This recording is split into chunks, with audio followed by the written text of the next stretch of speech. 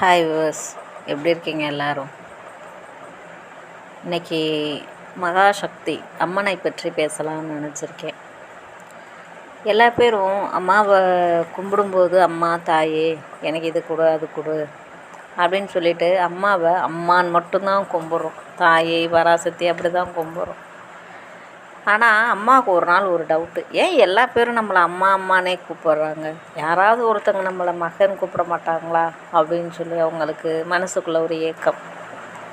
ஒரு பழைய படத்தில் அந்த மாதிரியே ஒரு காட்சிங்க. அவங்க சொல்கிறாங்க, அம்மாவே சொல்கிறாங்க, எல்லா பேரும் என்னை அம்மா அம்மான்னு சொல்லி சொல்லி எனக்கு காதே புளிச்சிருச்சு.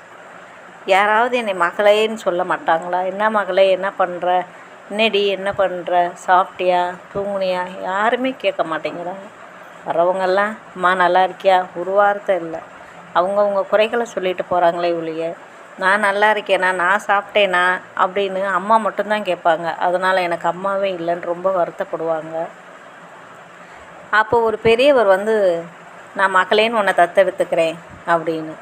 அப்போ அம்மா முகத்தில் அவ்வளோ சந்தோஷமாக இருக்கணும். ஸோ இனிமேல் கூப்பிட்றவங்க பெரியவங்க யாராவது இருந்தீங்கன்னா மகளேன்னு கொஞ்சம் பேசி பாருங்கள். என்ன மகளே, என்ன செய்கிற, ஏது செய்கிற, அந்த சாமி பேரை மகளே நினச்சி நீங்கள் பேசி பாருங்கள். எல்லாம் நல்லதாகவே நடக்கும். அதே போல் சேம் ஏஜ் இருக்கிறவங்கெல்லாம் அக்கா தங்கச்சி, என்னக்கா என்ன பண்ணுற, இன்றைக்கி என்ன சாப்பிட்ட, இன்றைக்கி சந்தோஷமாக இருக்கியா, யாரும் ரொம்ப கவலையாக உன்ட்ட எதுவும் சொன்னாங்களா? ஸோ அந்த மாதிரி பேச பார்க்கலாம். ஜென்ஸ் எல்லாம் என்ன தங்கச்சி, அக்கான்னு மரியாதையோடையும் பேசலாம், தங்கச்சின்னு செல்லமாகவும் பேசலாம். ஸோ அந்த மாதிரி கொஞ்சம் பேசி பாருங்கள். அம்மாவுக்கு கொஞ்சம் ரொம்ப சந்தோஷமாக இருக்கும்ல. மக்களோட மனநிலை மாறும்போது அது ஆண் சாமியும் ஆகட்டும், முருகனாக இருக்கட்டும், சிவனாக இருக்கட்டும், என்னங்கப்பா முருகனையே என்னங்கப்பான்னு தான் சொல்கிறோம், சிவபெருமானையே என்னங்கப்பான்னு தான் சொல்கிறோம். ஸோ நம்ம சேஞ்ச் பண்ணி பார்ப்போமே. கடவுள் சந்தோஷமாக இருந்தால் நாமளும் சந்தோஷமாக தானே இருப்போம்.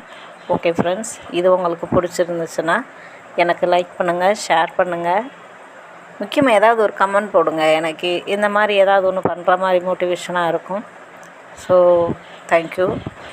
அம்மாவுக்கு ஒரு நன்றி இன்றைக்கி அவங்கள பற்றி நான் பேசினதுக்கு. ஸோ எல்லாத்துக்குமே தேங்க்யூ.